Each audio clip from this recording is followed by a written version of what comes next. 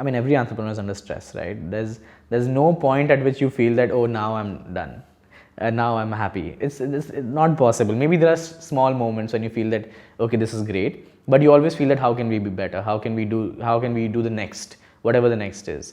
It took 4.5 years to just figure out how we'll make money, and in that 4.5 years, working with volunteers, working with people who would literally just come for months and go, having no stability in terms of how the platform will grow, was very pressurizing. Like, it was stressful, and I look back now and I realize that many entrepreneurs who go through that, they completely ignore themselves, and they ignore their health, they ignore their mental health, and that's actually not great, because when you reach a point when you get a moment to think about all of that, it just comes crashing.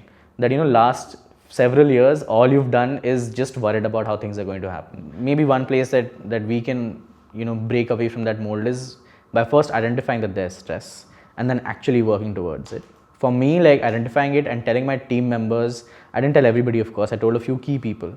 Telling them really helped, because they then kept a check on me, and they kept a check. They made sure that if they saw that I was getting too stressed out, they created an intervention, like I said, and they told me that just go out and refresh yourself a little bit, and that really helped. And I think it's just having that trust with the few people you work with is very important. It just helps to take a step back. It just helps you to see where you are, at what juncture you are in your journey.